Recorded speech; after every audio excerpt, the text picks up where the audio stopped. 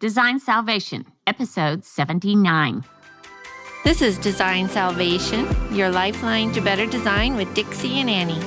Our mission is to share our conversation with you so we can all elevate our work and lifestyle.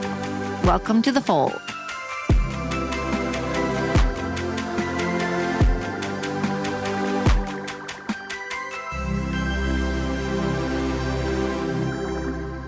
Hey, y'all, it's Dixie Stark. And Annie Lundquist. We're Design Salvation. And it's really holiday-ish right now. It is. Super and we're having fun. a holiday drink. We're Even though having a it's not holiday drink. really a holiday drink, I call it a winter drink. We're almost at winter solstice. Well, we've made it look like a holiday drink because we're using your antler. I love Stag these pewter mugs. stag They're mugs. fabulous. They're so great. I bought these a million years ago. I love I them. bought 4, and I split them with Kat. She had them on her Instagram the other day. Oh, They looked she fantastic. did? Yes, she did. So I bought 4. Kat I bought 'em- Lawton. She has a great Yes, Instagram. She has a great Instagram. She's a great designer, and she and I are pals, and we used to work together and the whole thing. Anyways, when I got this set of 4, I just split them with her because she loved them so much too. Mm. So there we are. But anyways, Tell we're us drinking what out you of 'em made today. us. Okay, I just made the simplest hot toddy because you know me, I just like 2 ingredients. Mm-hmm. So what you do is you just put a nice organic scoop of honey in the bottom of a mug. Isn't all honey organic? Well, it I is, don't I know. guess. It just occurred to me. Except that some of them you'll see they treat their bees different or something. Oh, okay. That makes sense. So you, Okay. you do get a little bit into that fine line, but that's a good point. It said organic honey I on mean, it. the bees have to make the honey. So That's it's fairly right. organic. No matter what. No matter That's what. a good point. I didn't even think about that. Anyways, when I just don't have anything in the house, like I don't have any oranges, I don't have any lemon, I don't have anything else in the house, then I'll just grab the brown sugar bourbon. And I don't even add the cinnamon as like a little shake. I get a cinnamon stick. And I'm not kidding you. You just put, the honey in, some brown sugar bourbon to your liking, and hot water. And you hardly put any brown sugar bourbon in. Yeah. And it's fantastic. Yeah, I just put a little. No, it's really, it's it just tastes really enough. special. But then, you know what? It's not like too dehydrating that way. You're actually like, you're getting a hot little drink, but you're not like completely sugared out or dehydrated. So anyways, yeah, there you go. Good one. Easy. Good one. I like it. Easy. And brown sugar bourbon is just it's kind of, I wouldn't say it's a Seattle thing. We've talked about this before. It was one of those things that started in Gig Harbor, and you can't get it everywhere. So those of us in the Pacific Northwest are pretty spoiled. And it's pretty You tasty. can probably get it anywhere now. You just order it from Total Wine. Well, this is true. You can, but I mean, if you're not familiar with it, then you're like, don't know that you need it. But anyways, it was fun for today. Well, we have had a busy My few goodness. weeks. In addition to just preparing for the holiday for our own fun and families, we had a Fortuny event here, Sure did. a showing with designers and with the West Coast rep. It was really, really nice. And, it was different because we had to do the whole COVID thing. But I think we did it. We did do it. And I really have to give you kudos, Dixie, because I was ready to just postpone it because I thought it was too tricky. And Avi did too. He's the rep. And we interviewed him, which you'll hear, either before or after this one. Yeah, We haven't. exactly. We'll post it. But I thought, this is crazy. No one's going to show up. And a lot of people didn't who weren't comfortable with it, but that's okay. And that was fine. But I'm so glad we did something. Yeah, we only had like 5 designers per showing. And we're very careful. We did the whole if you were going to touch any fabrics, you need to sanitize your hands the minute you walked in. And Dixie had brought these little simple sprays that they could take with them. Yeah, they're not gooey either. And we all had masks on, and you had all the chairs spaced even further than 6 feet. But we still could see Avi because there was so many textiles to see. And he's, up there presenting to everyone. And it worked out really great. We did Lulu did the kind of pre-made drinks and pre-made little plates. And so nobody did a buffet. Nobody touched anybody else's stuff or got close to anybody else's food or anything like that. And delightful, and it felt holiday. You had your tree, up in both your kitchen and also in the living room that we were at. And you had the Fortuny on it, which was really great. The Fortuny on the tree. Yeah. That was cool. It was fun. I'll do that again, I think. Yeah, it was beautiful. Regardless of a Fortuny event. It was beautiful. And it just felt like, gosh, we actually did something for the holidays, but we tied it in with business and we did it very safely.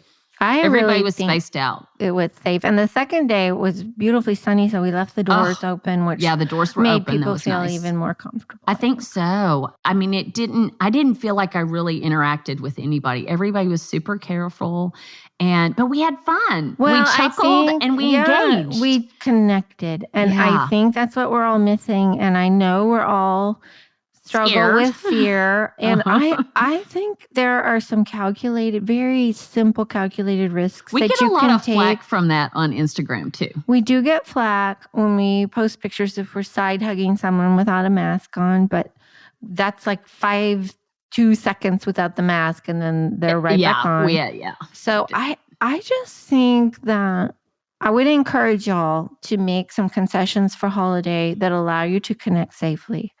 Correct. And even, a lot of people are doing, the Zoom with their family and friends that they're not traveling to this year. And I think that totally works. And I think everybody has to do their comfort level. But I do think there is a way to make this happen with, like you said, the calculated risk. So anyways, we had a fabulous time. We had a really good party and we really enjoyed it. Yeah. I would love to have another one. I know, right? Tomorrow. Maybe. I know.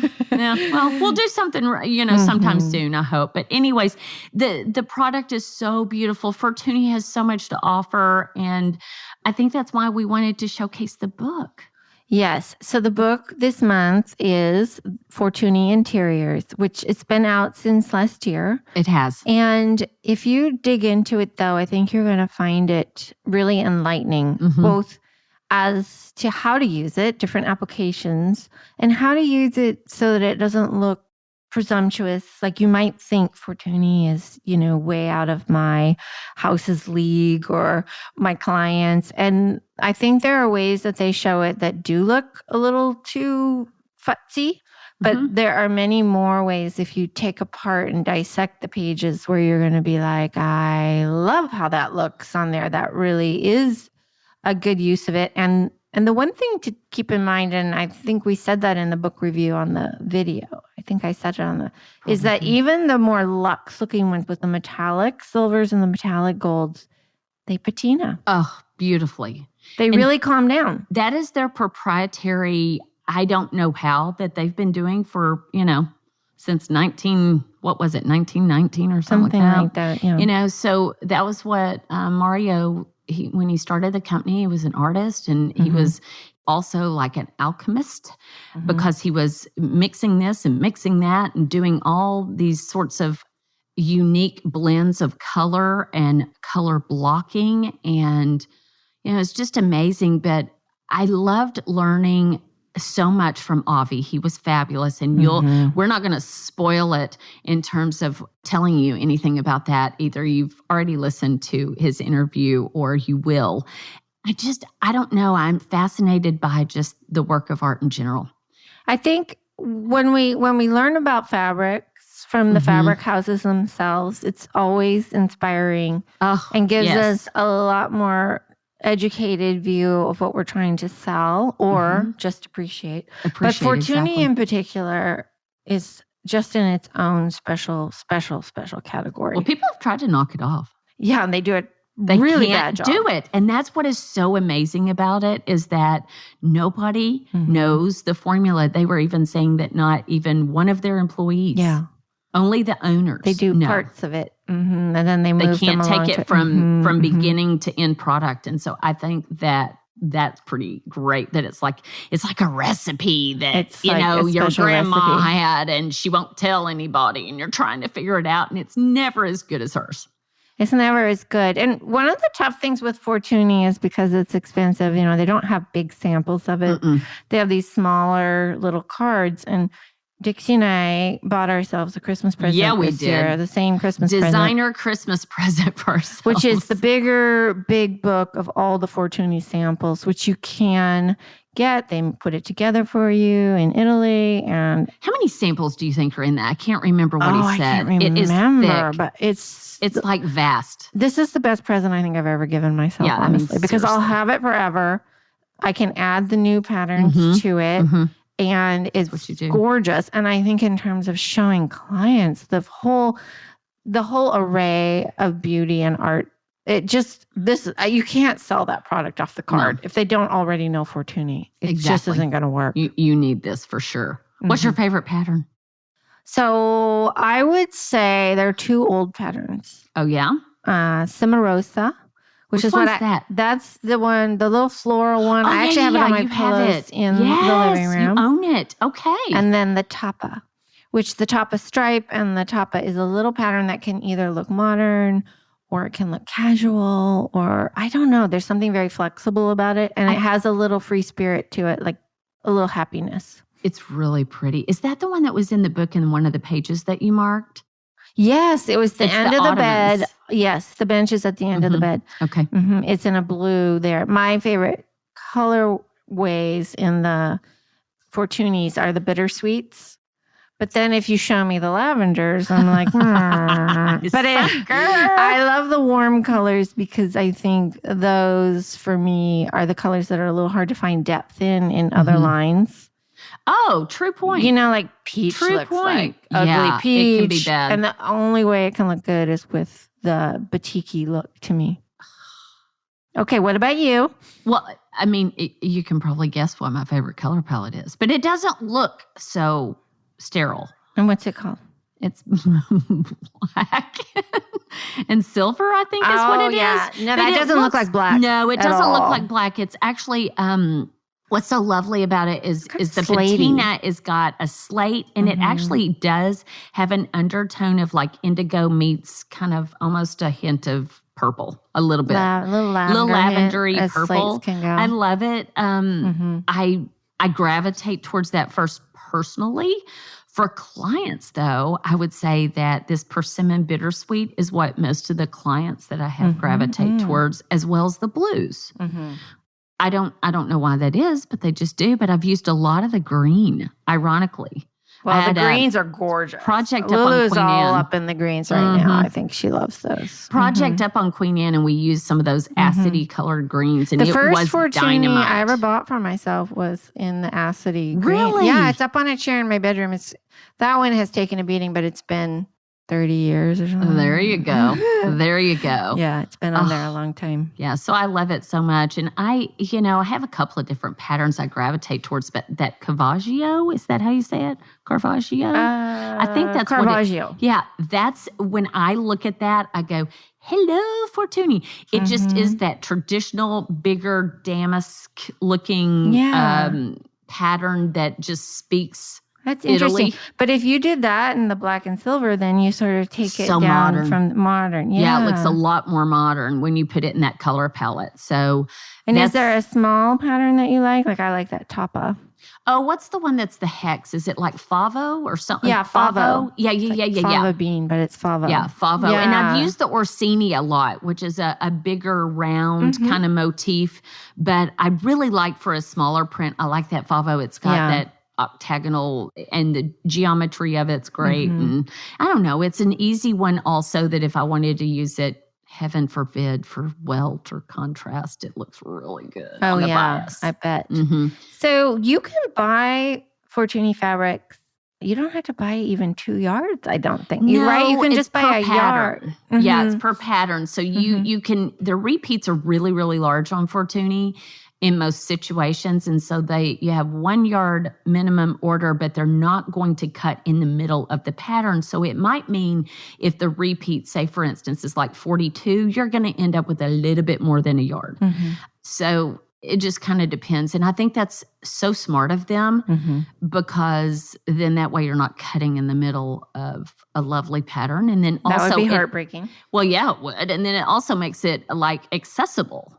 Otherwise, because of the price point, it wouldn't be as accessible. Yeah, it doesn't take a lot of Fortuny to have a big impact. I know, I agree. And to look like you really know what you're doing. I love, what was it, the Shanti pattern in the book. There are 2 lampshades that you pointed out in the book review that are done in that. And it's so beautiful and subtle.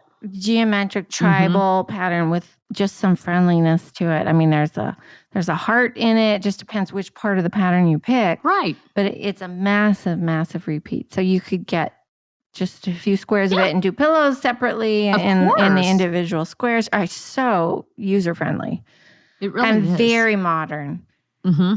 And it comes in this white with the gold. I love the white. I love the white. I love the white and the gold. It's very updated. Yeah. It's one awesome. of the things that also I have seen another designer do, and that is to take a lot of different patterns of Fortuny, because a lot of people, will want to go back. For instance, the mask that I was wearing was made out of your vintage Fortuny. Mm-hmm. And of course, on the selvage, it said Fortuny 1988. And I was like, that was a good year. I graduated from high school that year. But a lot of people collect Fortuny, vintage Fortuny, because it does patina and it looks so good with age. And that's, again, a hallmark of a fabulous product and a fabulous design.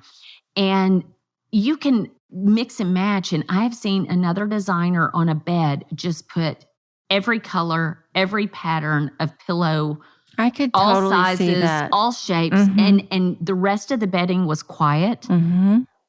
Fabulous. Yeah, just made the room.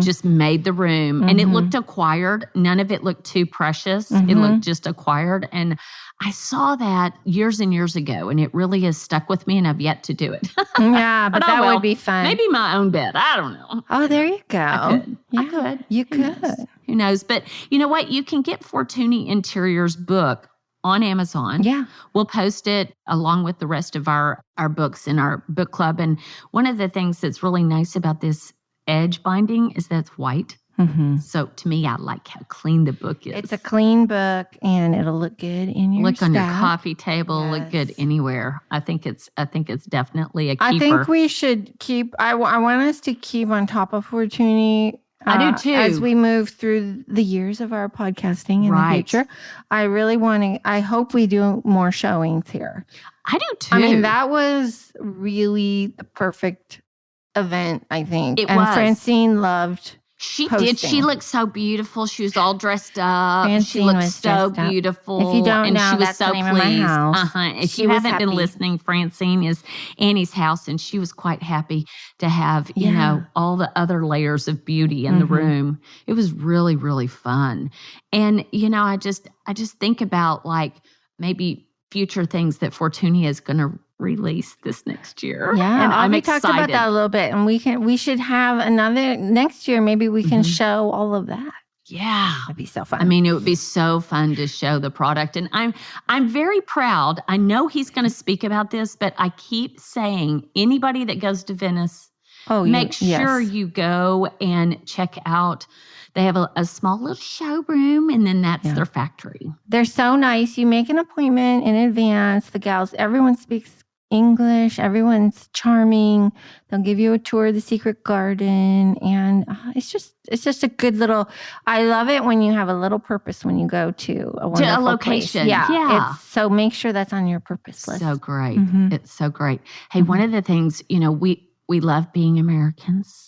And we love that Americans own Fortuny and have for over 50 years, I believe, because it's gone through two different owners.